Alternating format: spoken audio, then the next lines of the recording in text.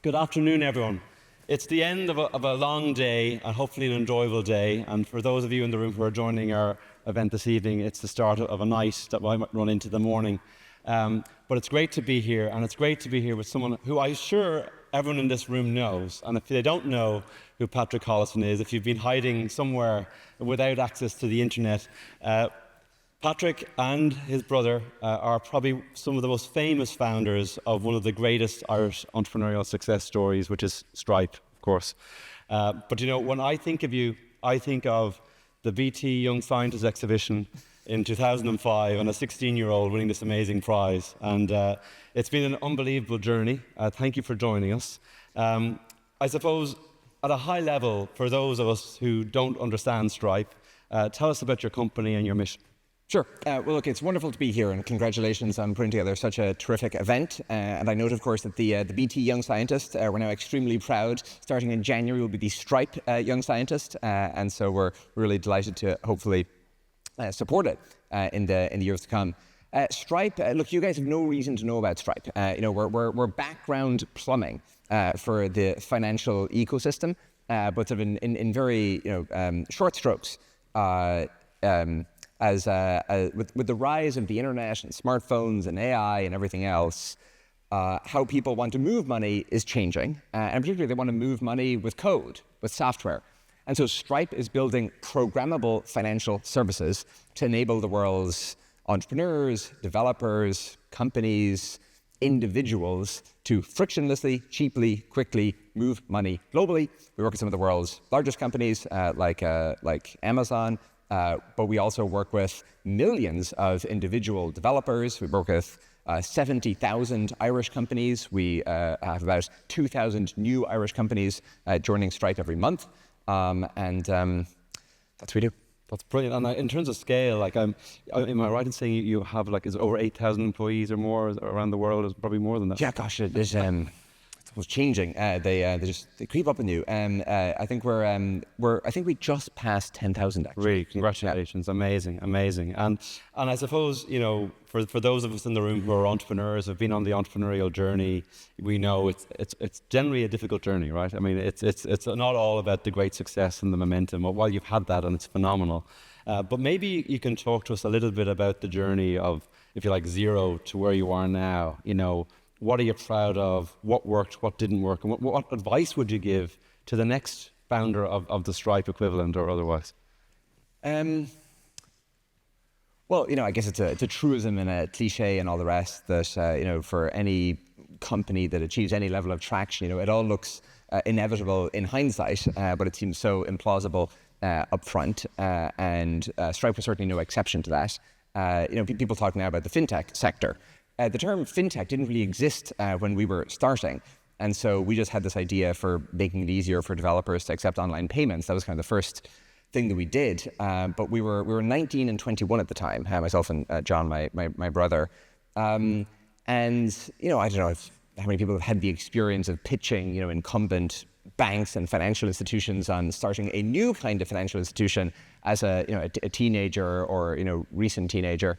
And it doesn't go very well. Didn't go very well in our experience. I think they were often hunting for the security button, beneath their desk to eject the interlopers. And we certainly felt like three squirrels in a trench coat trying to masquerade as something vaguely plausible.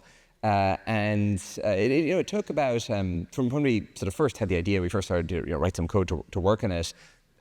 It took about 2 years before we could actually launch it, because it took that long to convince partners and the various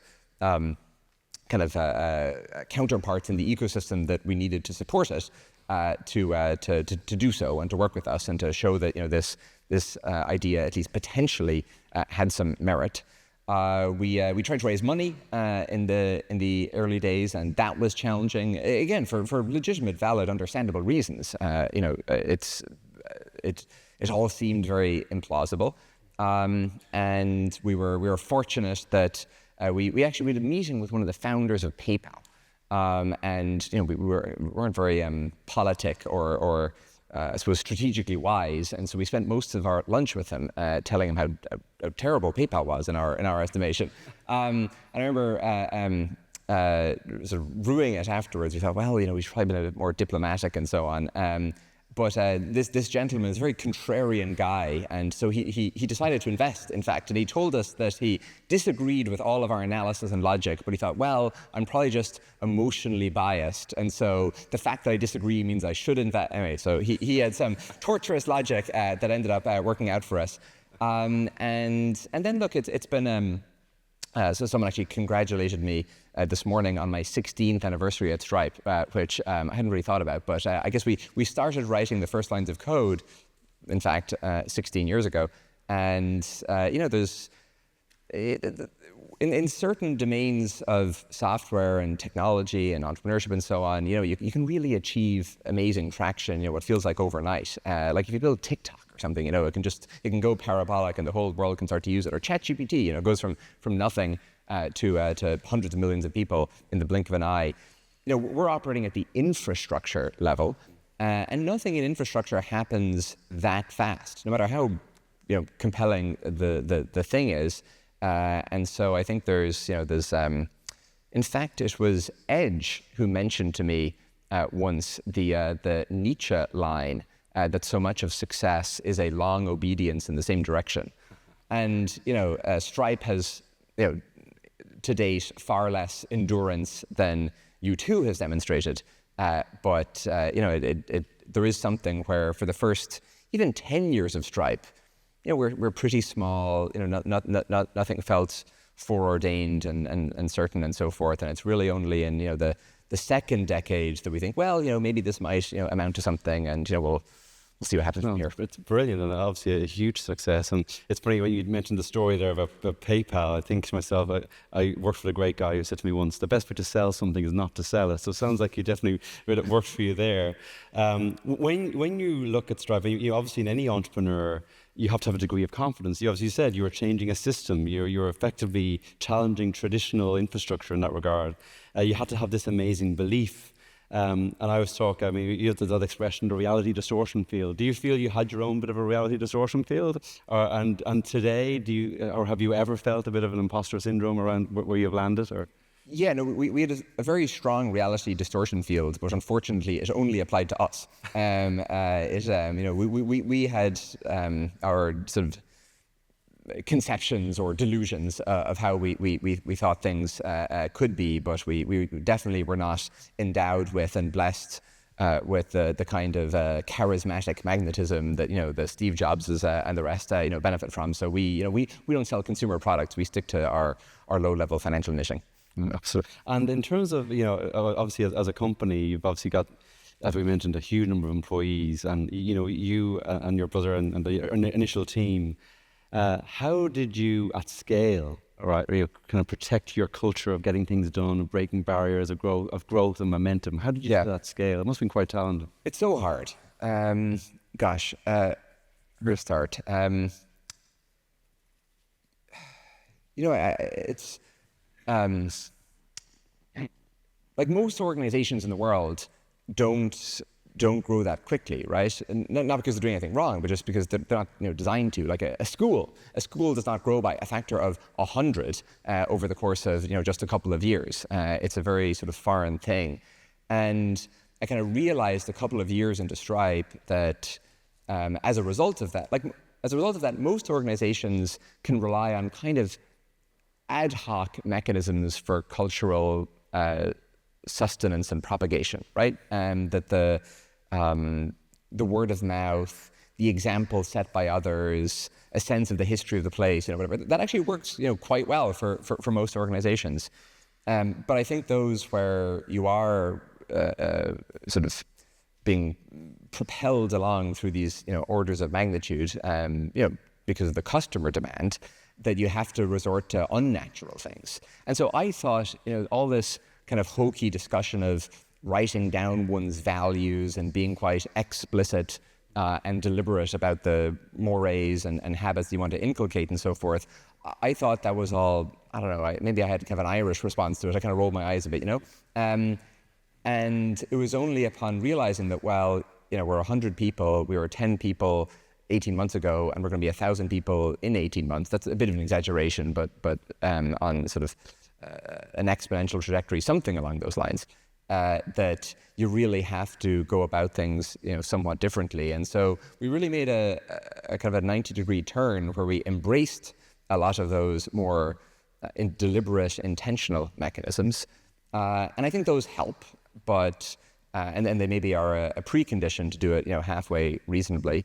But the other half of it, I think, unavoidably and sort of inexorably is, just the characteristics and the character of the people themselves. Yeah. And we really go to great lengths to try to find people who, Stripe is not for everyone. We sometimes talk about the idea that, there's building cars, figuratively speaking, is pretty cool.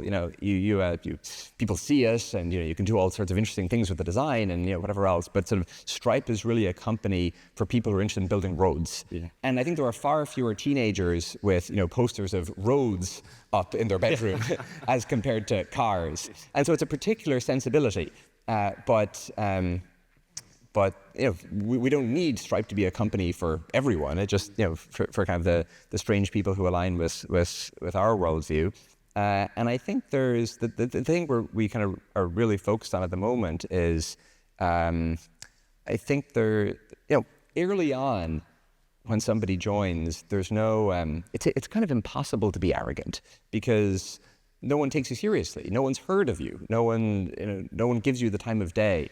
But then as the organization grows and maybe as you get some customers, some degree of success and so forth, the people who are there early on, they tend to kind of retain that original orientation and realize that you've no right to exist.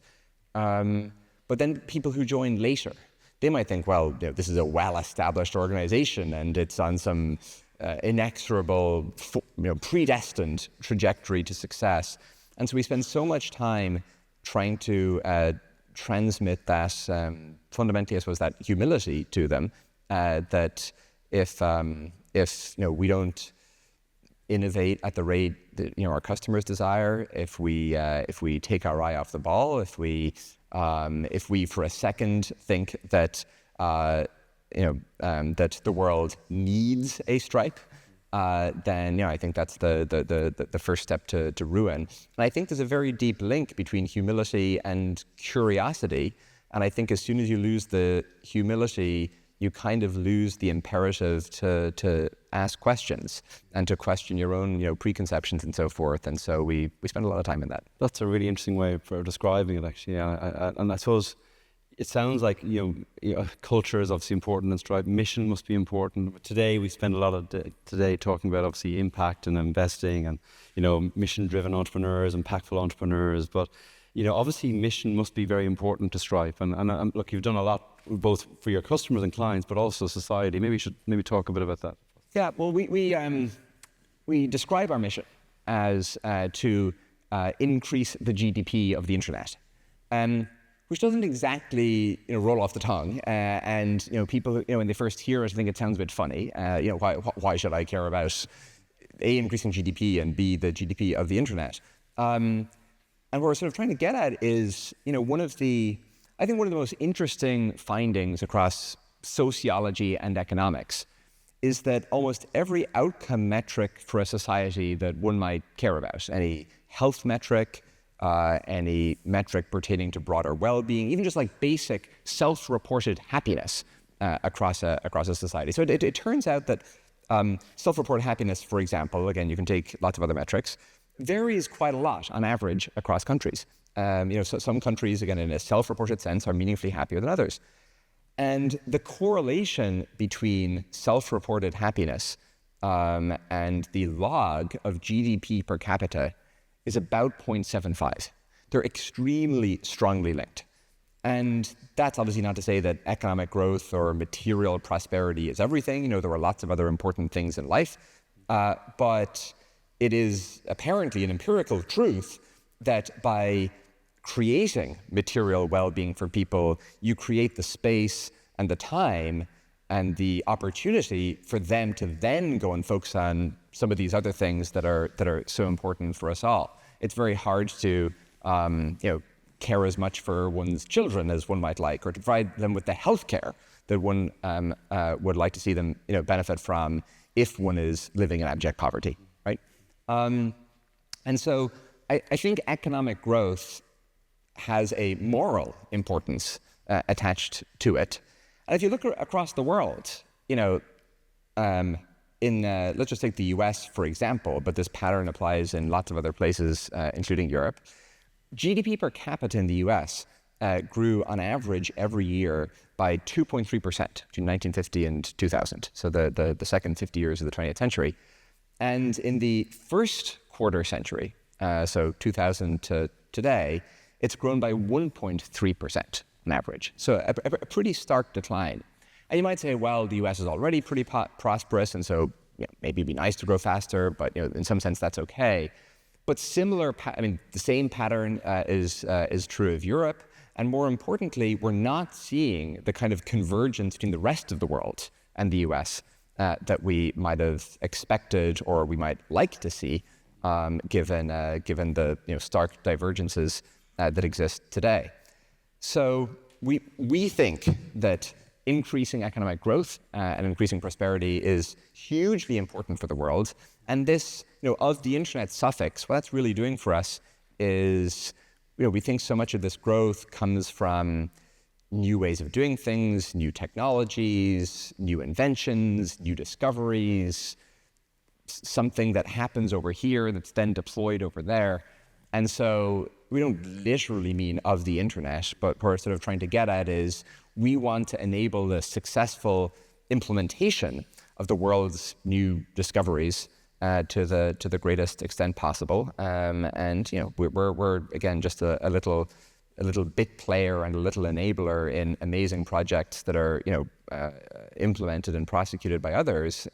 But we're very happy and proud to be that bit player. Brilliant, absolutely. And later in a moment, I'll talk to you about some of the future technology elements that you're seeing. But as you look at Ireland, obviously today we're in a room with investors, some of whom have travelled in from the US and further afield, and we're all investing in venture and investing in impact. But if miraculously, I know you've written extensively about this, I know in the past, about Ireland and Silicon Valley and what Ireland can do. But let's say miraculously you were Taoiseach tomorrow, which you probably wouldn't want to do, but let's say you were. It might be miraculous for me, but a disaster for Ireland. But, You're Irish Prime Minister, and you have to basically, put Ireland on the map from an entrepreneurial perspective. What would you change? What would you do to kind of get that essence of Silicon Valley that you've managed to benefit from for many years? Well, I think I'd probably reframe the goal a little bit to at least initially become kind of the Silicon Valley of Europe, right? Because where is the Silicon Valley of Europe? Maybe it's Paris. There's some good companies there. Maybe it's London, but is London really in Europe these days? It's a complicated question. So it's not really obvious what the number 3 contender would be. Maybe Stockholm. Again, they've a number of very impressive companies, but there's no clear Silicon Valley of Europe. And so let's say we took that as our initial goal. Then if we achieve that, we can go for gold. I think the first thing would be to create a truly world-class university in Ireland, maybe multiple. And look, obviously, lots of universities in Ireland are there are some very good people there. They're doing some very good work. The global rankings are highly imperfect, but Switzerland and Singapore both have universities ranked globally in the top 20, and Ireland does not. And while there is some world-class science happening in Ireland, I think the example of ETH in Switzerland and the National University of Singapore show that there could be far more. And of course, as Irish, we think, well, we're kind of small, and we have a history of being, relatively impoverished. So maybe we don't naturally tend to set our sights as high as we could, but I think the Singapore example in particular shows just how much can be achieved in a short period of time with intentionality and deliberate effort. So I'd start there. Secondly, how do you ensure that nobody in Silicon Valley who runs a successful business, or indeed who's a successful investor, grew up in Silicon Valley. I meet one very occasionally, but 99% of them moved there. And so I think so much of the question for the Silicon Valley of Europe, again, if we're trying to make that Ireland, would have to be, how do we get the sharpest, brightest, most ambitious young people across the continent, perhaps even across the world, to want to move here? What's the value proposition? And why would they preferentially choose Ireland or Dublin over all the other various contenders? But I think we'd have to address that question. Third, people will tend to say number 3 would be capital. I'm not so sure. One, there are some investors operating in Ireland today, but also global capital around the world is increasingly global, and venture capital firms and other investors are pretty eager to find opportunities wherever they might exist. And so, in as much as the activity is here, I think the capital will enthusiastically follow. And so I think my number 3 would be regulatory impediments and barriers across lots of different levels. I mean, obviously the housing crisis correctly gets plenty of attention here in Ireland, and that, to our number 2, getting the smart young people to move here, that's obviously a big impediment. Ireland's failure to create enough energy has second order effect in other ways, and you see with data centers and so forth. It's very clear that where the economy and where the technology industry is going to be quite energy intensive, and we haven't figured out here how to square that circle. And then even very prosaic things like labor law. It's much more difficult and expensive to run a company here in Ireland than it is in many other parts of the world.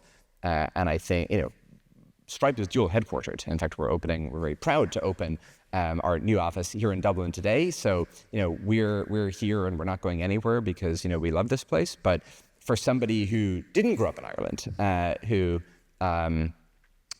grew up in Romania, and who's dispassionately assessing based on pros and cons where they should build their business, I think Ireland can do a much stronger job on the regulatory side. It's funny, earlier today, and Kingsley, you won't mind me name dropping you, Kingsley Aikens, I was talking to him earlier, and he mentioned diaspora direct investment. Obviously Ireland has benefited in a huge way, much like organisations like Bank of America and others, through our great diaspora, reinvesting or investing in Ireland. And you technically are diaspora and you're investing here again in Ireland. So I think that's a great example. But I think, first of all, we'll see the Taoiseach later, so we can write all these down and discuss it and hopefully get some of these over the line. But we've actually got some representatives of the university sector here today.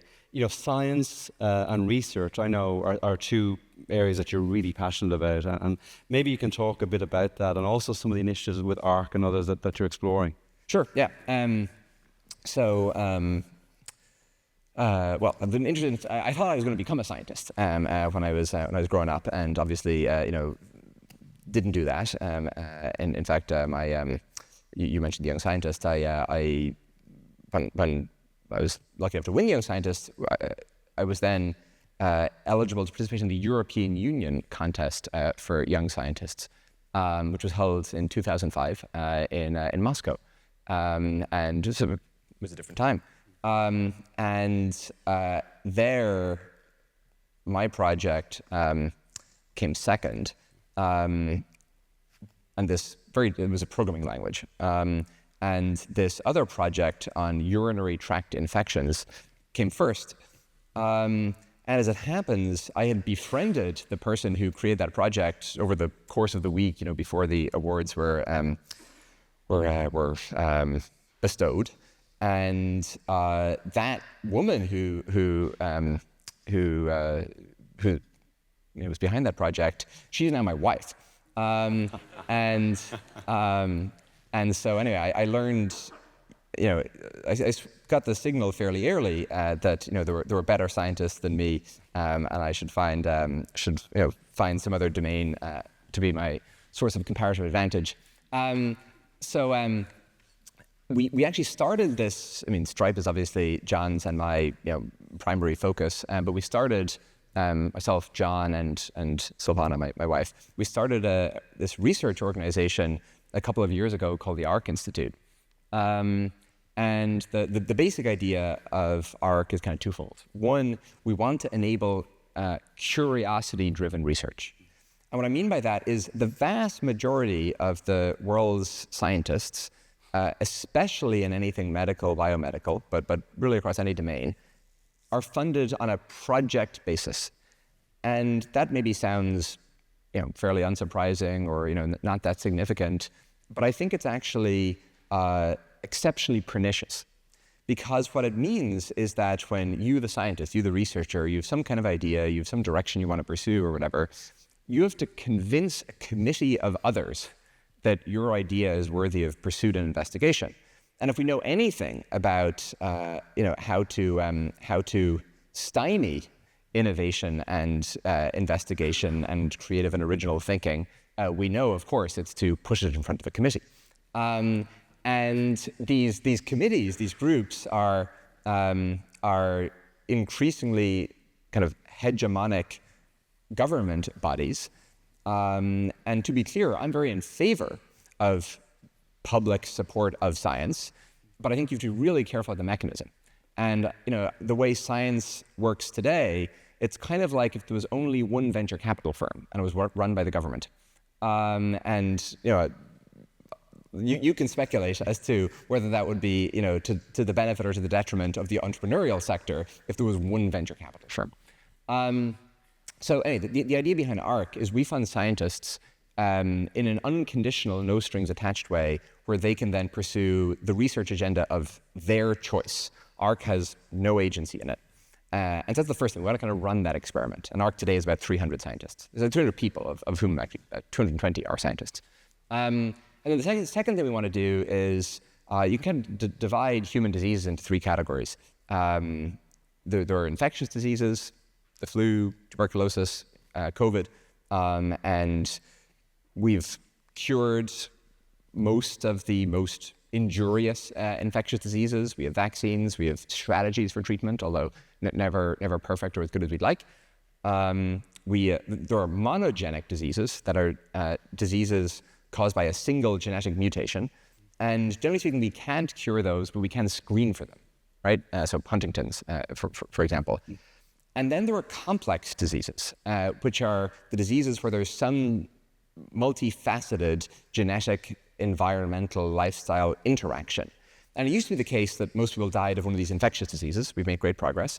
And now people tend to die of these complex diseases. So most cancers, most autoimmune disease, most neurodegenerative disease, the burdens that today are those that afflict the greatest number across society. And something that I think is underappreciated is humanity has never cured a complex disease, not one. We've cured tons of infectious diseases. We have a strategy, at least, for substantially mitigating these monogenic diseases, but we've never cured a complex disease. Cumulatively, the NIH in the US, the primary science funder, has spent more than $1 trillion since inception. Lots of incredible discoveries have been made, but we haven't managed to cure complex disease. And so the aspiration with ARC, and I'm obviously not saying that we're going to succeed at this because there's a very long way to go, but we're trying to kind of configure ARC in such a way that we hope to cure one of these complex diseases. We're starting with Alzheimer's. And we're kind of building the entire institution with functional genomics capabilities and cellular perturbations and sequencing and AI and computation as kind of the ingredients that we think are important for a successful assault on this summit. And we'll see if it works. That's brilliant. And you've touched on AI, so we might stick with that theme. Obviously, look, everyone's talking about AI at the moment. It seems to be like, even my mom was talking about AI. So here's a question. So obviously AI has huge transformative potential in the areas that you just described. But also there are concerns around the responsibility of us as investors and technologists on where AI can go wrong. So what's your view on the potential, on the risk and the responsibility issues around AI?